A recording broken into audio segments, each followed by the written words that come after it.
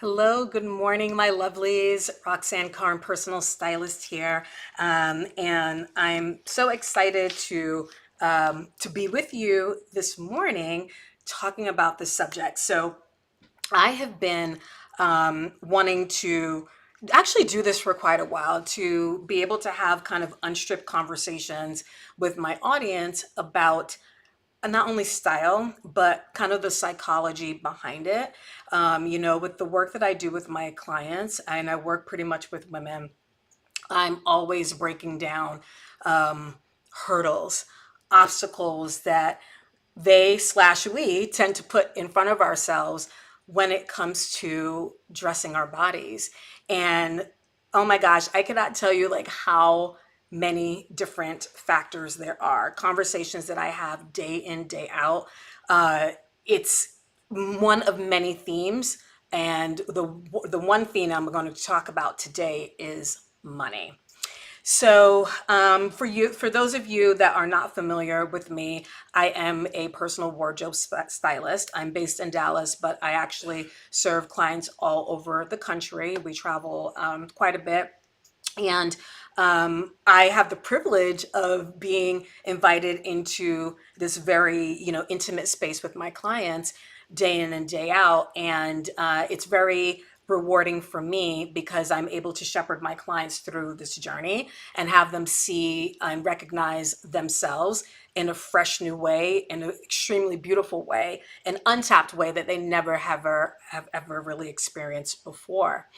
And but for a lot of women, the beginning part of the journey is a little bit, I want to say, difficult. It's very actually illuminating. It can be fun, but when we really start working together for the first time, I go through what I call my style intensive. It's a 1 hour kind of jam session with me and prospective clients, where basically I'm really kind of breaking down what these challenges are, because every woman is unique. Motivations for why they want to work for me are going to be unique, but there are some underlining themes that do overlap when you look at it from a holistic standpoint.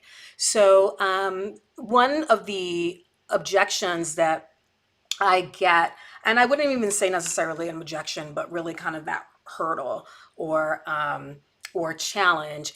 And it comes up. It comes up often. It's the topic of money.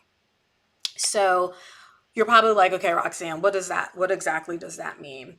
So if we're looking at it in a broad scope, what I've found over the years, and I've been doing this for next year will be 10 years now that I've been styling and working with women, lots and lots and lots of women over the years.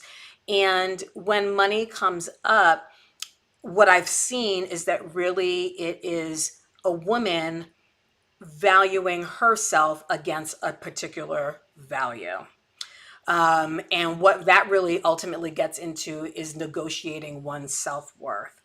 So I'm going to kick this off by sharing a snippet of a Facebook post that I replied to. I want to say it may have been like actually almost 2 years ago, but it stood out in my mind because it was a prime example of a woman instantly negotiating her self worth. So let me pop it on screen and show you exactly what I'm talking about. And you will see it right here, or actually here. So to give you some context, this post was in reply to one of my beautiful, beautiful clients that posted some pictures that came out of our fitting, as well as pictures after our fitting where she was just feeling so fantastic and glamorous in her new clothes. And so she was really sharing with the world what her journey and what her experience was like working with me. So she was getting a lot of accolades. Of course, she looked absolutely amazing. One of my favorite and most meaningful clients that I worked with, because she also had a lot of self work that she was going through when she started her journey with me. But anyway, so she posted her experience on Facebook, and then one of her friends posted, and you'll see it here, said, "That's awesome. I would love to do something like this, but I'm sure it's pricey. You're a beautiful person and love that smile." So I remember, and of course, she tagged me in the post. So I'm scrolling through and I'm looking at it to see, oh, like here's all the love that she's getting, and I was so excited and happy for her. And I came across that one post, and it really did stop me in my tracks because I was like, okay, yes, I know I can tell you're excited for your friend, which is awesome, but you've expressed, gosh, I would love to experience something like this for myself. But, and then that big but I'm sure it's pricey. And I like wanted to pull my hair out because I'm like, oh my God, here we go again. You know, I hear this all the dang time. Okay. So I instantly like fired off this message and I screenshotted it because I just knew that this would come up again at some point.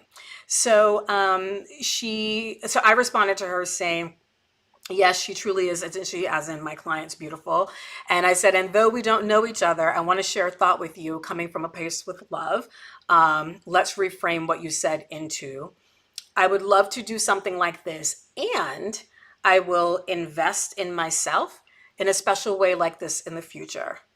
I challenge you and all women to never equate your value with the price tag. Instead, ask yourself, how much am I worth? You are worth it, and the life-changing value you get from an experience like what my client had or anything else that impacts you in such a profound way is truly priceless.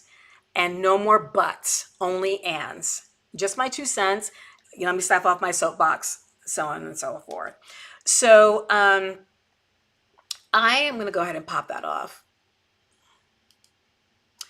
I felt equally as passionate about that statement then as I do now, because too often, to my dismay, do I have the same conversations with women. Sometimes people approach me and they express interest and they automatically know, well, how much is it, right?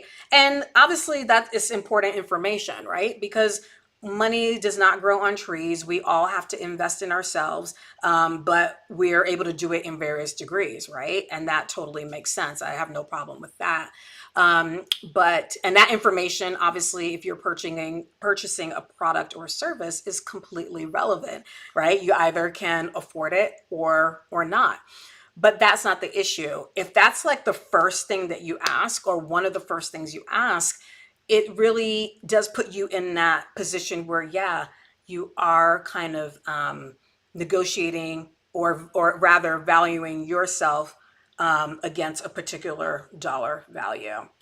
So, if you understand what I'm saying, I'd love if you can just drop a comment. I'm live right now. And of course, if you're watching this after the fact, feel free to drop a comment as well. If you put a comment through, I will see it live right now. But I would love to know if you are kind of jiving with what I'm talking about so far, and perhaps even if you have experienced this.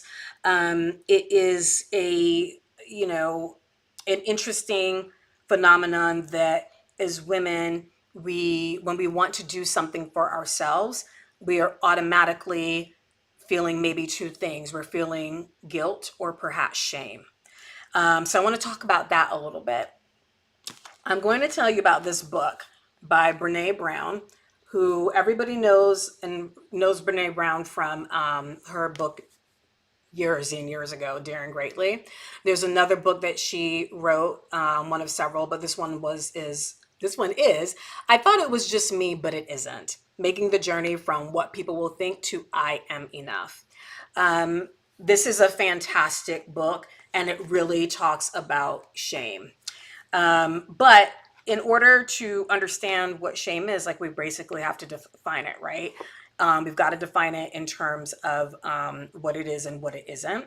And I'm going to talk about both guilt and shame because a lot of people intertwine the two and do not understand the difference. And yes, it does relate into our conversation today, to money. So in the book, and I'll quote this, she says, Brene Brown says, guilt and shame are both emotions of self-evaluation. However, that is where the similarity, can't speak, where the similarities end. The majority of shame researchers agree that the difference between shame and guilt is best understood as the differences between, quote, I am bad, which is shame, And, quote, I understood, or I'm sorry, or I did something bad, which is guilt. So I'm going to repeat that. I am bad is shame. I did something bad, that's guilt. Shame is about who we are, and guilt is about our behaviors. If I feel guilty for cheating on a test, for example, my self talk might sound something like, quote, I should not have done that. That was really stupid. Cheating is not something I believe in or want to do.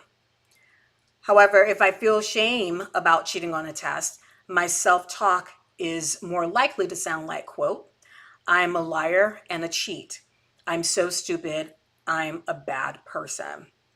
So I think it's really important to make that distinction between guilt and shame, um, because, and I see this oftentimes, especially when it comes to my clients, in investing in themselves in this way, or I should say, not all of my clients, because actually most of my clients are investing in themselves and they want to do this because they want to do this and they've gone beyond that. Not to say they haven't experienced it, but by the time we are working together, they've really started moving through this. But for a lot of people that are exploring, going through the process of revamping their style and their image, and they are thinking about money, the guilt and the shame come through. I have had clients and prospective clients tell me that they feel guilty, as in, they feel that they are doing something bad. Remember, behavior, if they're spending money on themselves and perhaps not on their children, right? If they're spending money on themselves, but this portion of money is maybe not going into savings, right? They feel guilt about that. I have had a number of clients that I have worked with, most of which I'm able to work this through with them, but they're coming from the shame factor. So the shame is that they are feeling like they are not worthy of experiencing this type of life experience, that they're, in other words, are not good enough, right? So this comes back to what I was saying originally at the beginning of our session today, is that they're placing a value on their worth.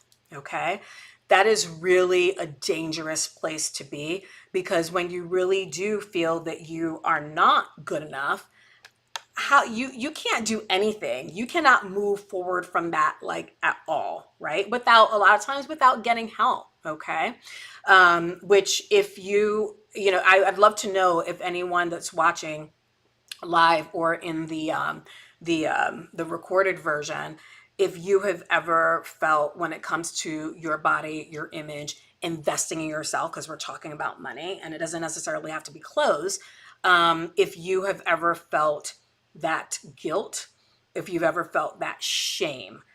So give me a reaction or pop a comment in. I really would love to know that. So, is it insurmountable? No, it's not. I think it really helps to be able to acknowledge what you're feeling and get it out of you. Talk to someone, a loved one, a family member, a friend.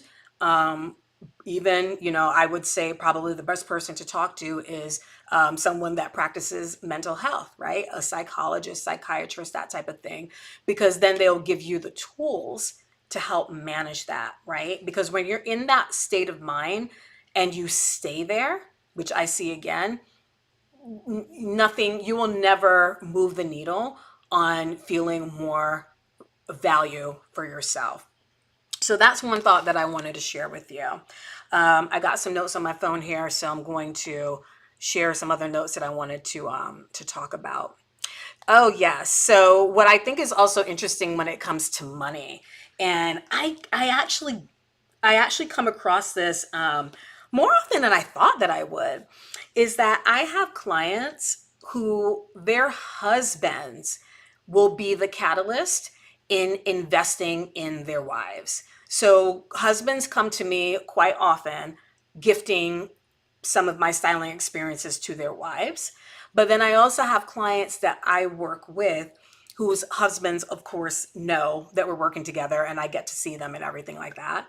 But they are like they're like a bigger cheerleader for their wives than the wives are for themselves, you know? I have some husbands that are actually some fashionistas, that they've got like the most stylish wardrobe. They've got all the, the brands, luxury brands, all of that.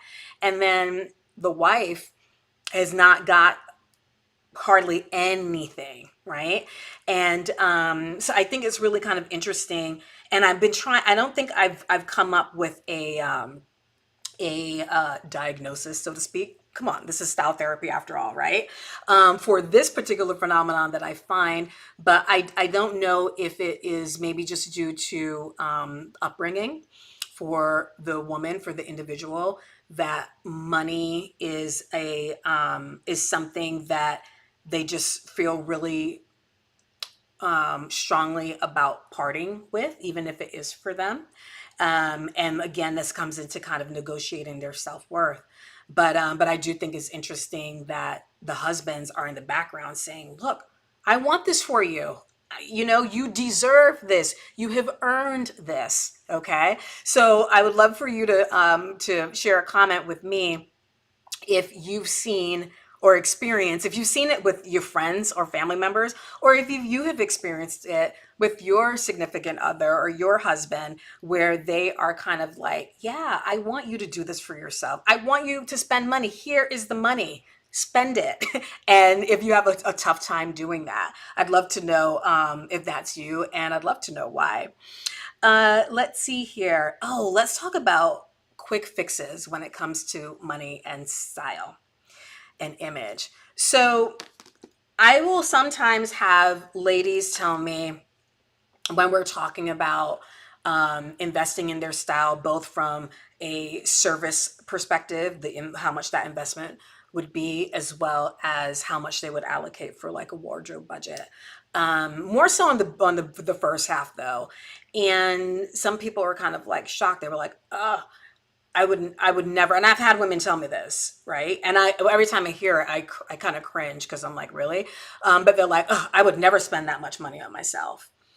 And, I kind of stopped myself because, look, that's how she feels. Like, I can't change that, right?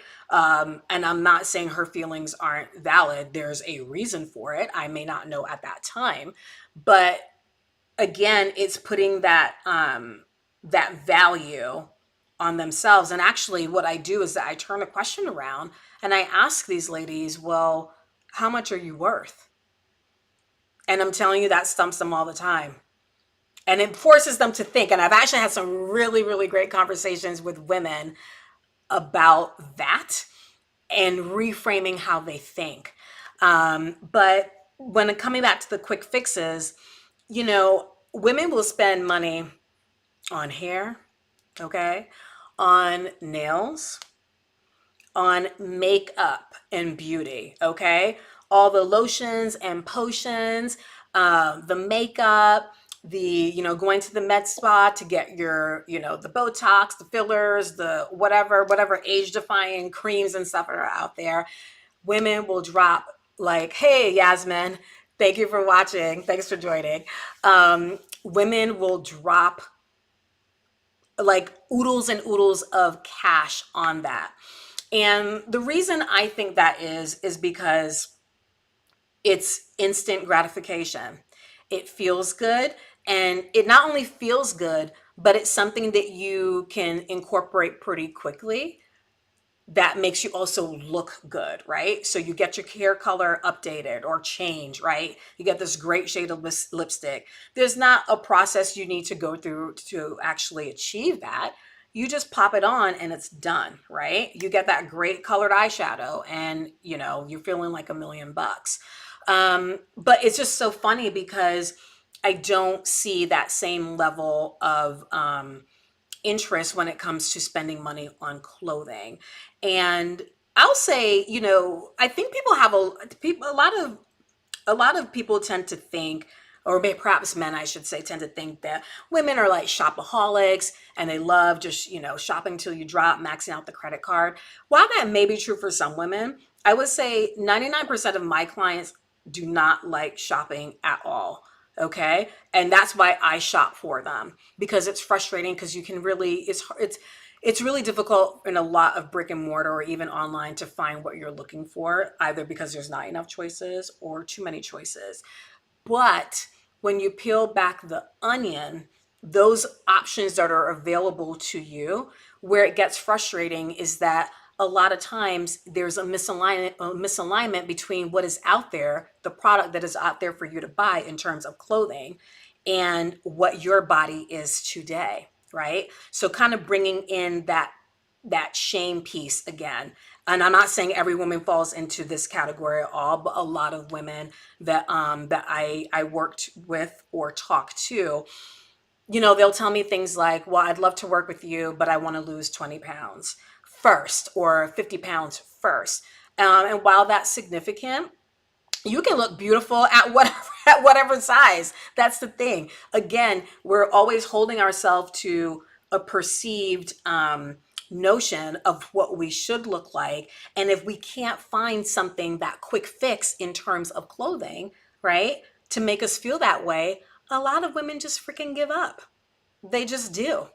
Or they bury it. They know it's something that they need to work on. They bury it, but they can't figure out like how to do it. So they don't want to invest in either working with someone to find that magic solution. They don't want to try things on their own and go out and buy clothing. Or what you'll see is that maybe if they are doing a quick fix for clothing, they often end up making an investment in the clothing that is not the best for them, and they end up hiding.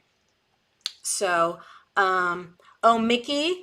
Hi, Mickey. Oh gosh, it's been forever since I've seen you. I do see your note. You said you were trying to chat live, having problems. This is another test. I do see your comment. So if you wanted to add something else, Mickey, please go ahead and do. So, yeah, so that's my theory, is that, and what is also kind of ironic about all this too is that your body, as in what you wear, how you dress, that's like visually, that's like 90% of what people see. Okay. So I just think it's really interesting that, this one part of our body, this one aspect, I should say, of our image, a lot of women just try to avoid. But you can't avoid it because people see you from head to toe. So, yeah, I find that women tend to shy away from spending money on themselves because they're really just kind of afraid to deal with it. I'll keep it 100 there. Um, and let's see here. Oh, yes. My other point that I wanted to talk about is that there is definitely a difference between cheap and inexpensive. And so, you know, cheap means cheaply made, cheap quality, right? Inexpensive means something does not cost a lot. There is a difference between the two. Something that's cheap can be inexpensive, but not necessarily.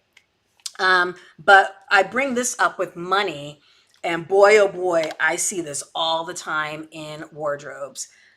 Women will spend a lot, and Mickey, I did see your next note, your next comment. So I think you're good to comment now.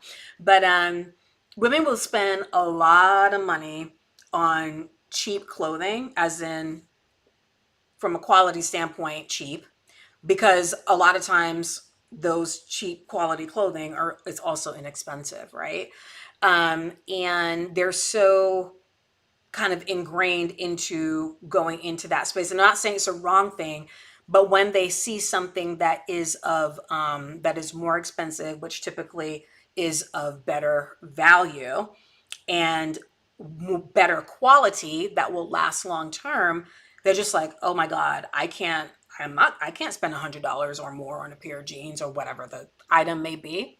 I hear that all the time. So then what happens is that I end up in their closets, okay, and I'm seeing the closet full of all this cheap and more than likely inexpensive clothing that, is tattered, okay? The seams are coming off or coming out.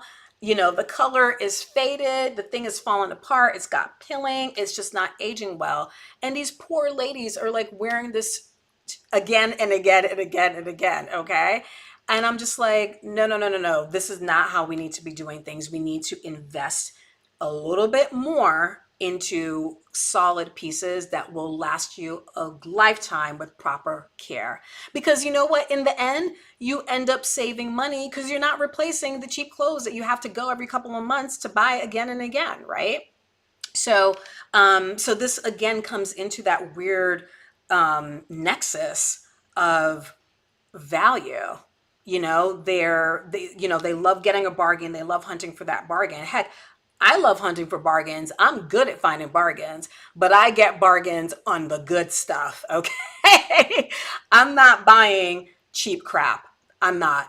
And I'm not saying, look, to those that want to do it, that's totally fine. It's your money. You spend it the way you want to. But for me and for clients that are working with me, we're looking to up level here. Okay. We're raising the bar. We're not going to be wasting money on things that are not going to truly serve us in the long term. So yeah, I think with money, women are often selling themselves short in terms of what you buy. Here is, oh, okay. Let me see. I think Mickey just had another comment. She says, I worked with Roxanne 5 years ago. I cannot believe, Mickey, it's been 5 years. And this was back when I was living in the DC area. When I was re-entering the workplace and recovering from a divorce. I got past the cost and it transformed my life more than I ever imagined. Roxanne is the best. Thank you, Mickey. Oh my gosh. That warms my heart. And I would love for you to email Mickey and just, one-on-one to tell me like what has transpired since that initial time working together. But to Mickey's point, she specifically said, I got past the cost and it transformed my life more than I ever imagined, right?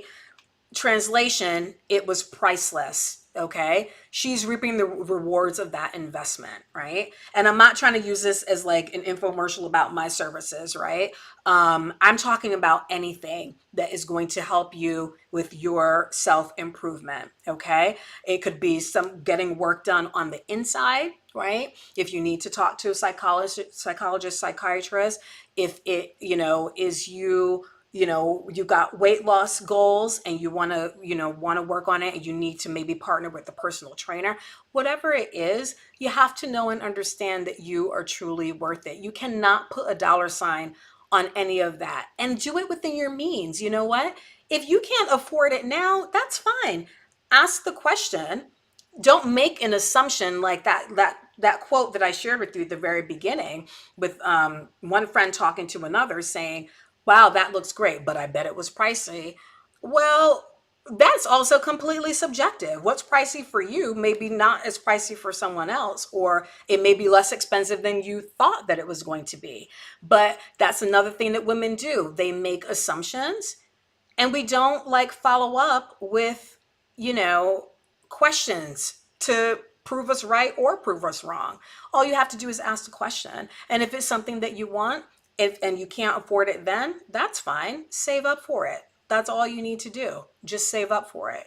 You have to stop putting hurdles and stumbling blocks in front of yourself, when it comes to improving yourself and money. You get what you pay for. Okay. I will say that. And I've learned that along the years myself. And it has served me so well in avoiding headaches. Okay. Right. And it's your image. Don't cheap out on your image, right? We need to do better. Um, so Yasmin says, I've noticed when I try to cut costs on things, I always regret it. Yeah, and we've all experienced that. And you know what? It freaking sucks because not only is it a sunk cost, you lost that money, you're not getting it back, but then it is also a freaking waste of time. You don't get that time back, you don't get that energy back, and you have to start over. Now, that's a great thing about life that we are blessed. The sun comes up every single morning is that we always have a chance to start over. So don't beat yourself up about it if you have experienced that, but learn from it. Move forward, grow, invest in yourself, do not cheap out. All right. Oh, so this is another point that I wanted to share with you. This has come up a few times with clients in the past. I want to say about a year or so. I've had different clients tell me this, and it has to do with your sphere of influence, who you spend time with. And some of that is by choice, and some of it may not be by choice. Right? We can't choose our family, but family and friends. My thought here is crabs in a barrel mentality. So I have had a couple of clients most recently, and when I say recently, in literally like the past 6 months, two that I can think of the top of my head, that when we're styling them for an event or something, I had a client that was actually going to a family reunion earlier this year, and she and I have been working together since last year, and she was like, she was like, okay, Roxanne, I need you to get me some stuff that won't be like too much, as in the look, as in the vibe, right? Because she really invested a lot in herself and her wardrobe and working with me. And she has been like kicking ass. Like she is living her best life with her new wardrobe. But she was like, look, my family, they come, we come from humble beginnings. She's like, I can't show up in things that are like super nice. Like, I want to look nice, but I'm not trying to come across flashy. So we were able to finagle some things. That wasn't an issue, because I truly believe you don't need to have the name brands or anything super flashy to look great. No, you need to have clothes that actually fit you well, that are in your color palette, and serve you where you are today. And once you look amazing, you feel amazing no matter what you're wearing. But compared to the investment that we had done, and a lot of that was merely primarily geared toward work and travel, and just really being outward facing with clients and so on. She really needed to up her game there. So she didn't really need to have all that for family, but she did say, she was like, they won't understand this. Like, no, my family, if I recall correctly, I think she told me that her family didn't even know that she did this for herself. So this is where kind of coming back to like guilt and shame come back in, because your sphere of influence can directly impact how you treat yourself. I experienced this with conversations, not only with clients, but prospective clients, women that I talk to, right, in my community, that they want to do more for themselves, but they would be regarded as being snooty or uppity or what have you if they try to do something better for themselves and or their family, as in their immediate family. And that's a tough one, because at least with friends, if you've got friends like that are really not loving and supporting who you are in your entirety, they're not friends. You can cut them off. Family, that's a bit harder. Can you cut family members off? Yeah, I suppose you can, right? But it's a little bit harder. It is. And there's always something that always ends up bringing people back together, whether it is a wedding or, a death in a family, going through a worldwide pandemic, right? But what I'm saying is that if you have those people around you, it's really hard, and it's emotionally damaging, because they are making you feel like you are less than, right? And in essence, they are stemming your growth, your development as a woman, okay? In terms of investing in yourself in terms of your image, in terms of getting the better job, in terms of getting that degree, whatever it may be. And that too, it really sucks, If anyone can relate to that, or has experienced that, certainly drop a comment, because I'd love to know what that was like for you and how you navigated that. But really, it just comes down to having resolve. And again, coming back to, you have to understand that you are worth it. Okay. You are the master of your destiny. Okay. All the words and whatnot that are coming from family members, friends that are just trying to knock you down, they're not invested in you. They're not, clearly, right? Are they going to put up money for you to do something better for yourself? No. So just kick those ideas to the curb and keep it moving, and don't don't take to heart what they're telling you. That's a reflection on them. Okay? You do not need to get sucked into that whirlpool. You can do better. Maya Angelou said, and this is one of my most favorite quotes of all time: simple and easy. When you know better, you do better. And when you know better and do better, you never look back. You don't, right? So when you're thinking about money and style and image, you want to always be in a space where you know better about you. You're doing better. And I'll drop another quote. I always say, if you know me, you've heard me say this quote before. This is from the famous costume designer Edith Head. You can have anything in life if you dress for it. I truly, truly believe that. And it's opportunities with work, with business, with love, right? Community. All of that is achievable. Um, and I think those are, yeah, when I'm looking at my little list here, I think I hit all the points that I wanted to talk to when it comes to, when it comes to money. And if you have any questions right now, I'd love for you to, or additional comments, drop that in the comment section.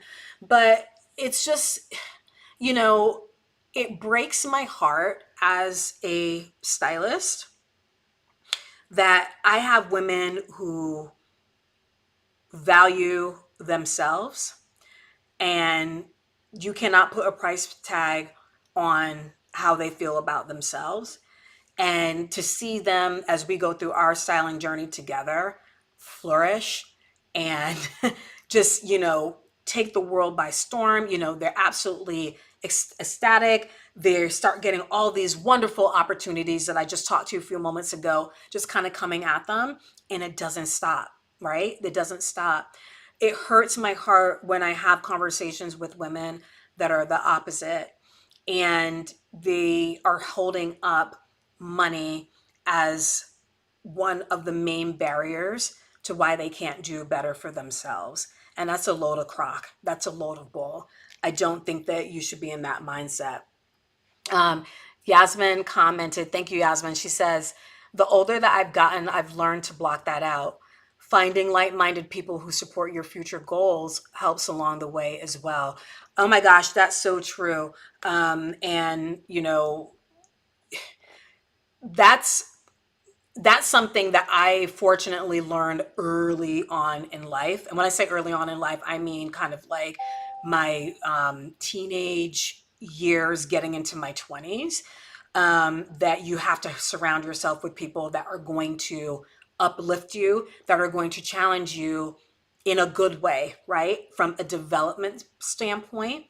Because I think when you're able to do that, then you're recognizing the value that from the growth that you have from just being around these people, right? But you inherently are positioning yourself at a higher value than maybe what you would have thought before. And I think that's super important when you have people that are in your cheering squad day in, day out, telling you that you can do this, right? Or here's a different idea, here's a different perspective, right? It really rounds us out as individuals. None of us are perfect. None of us have all the answers, right? There's so many things in life that I still need help and ask help for, right? So many things that I want to grow into that I'm still figuring out, but I'm aligning myself with people that serve as inspiration, and that serve as sometimes even a catalyst to making some of those things happen. You really, really need to build that really strong community around yourself. So yeah, so those are really my thoughts that I just wanted to just kind of get off my chest and share with you the conversations that I've had with women all over these years about money, as specifically as it relates to style. And really just my closing thought is just, again, do not negotiate your self-worth. Don't do it. Don't do it. You have earned your space where you are right now.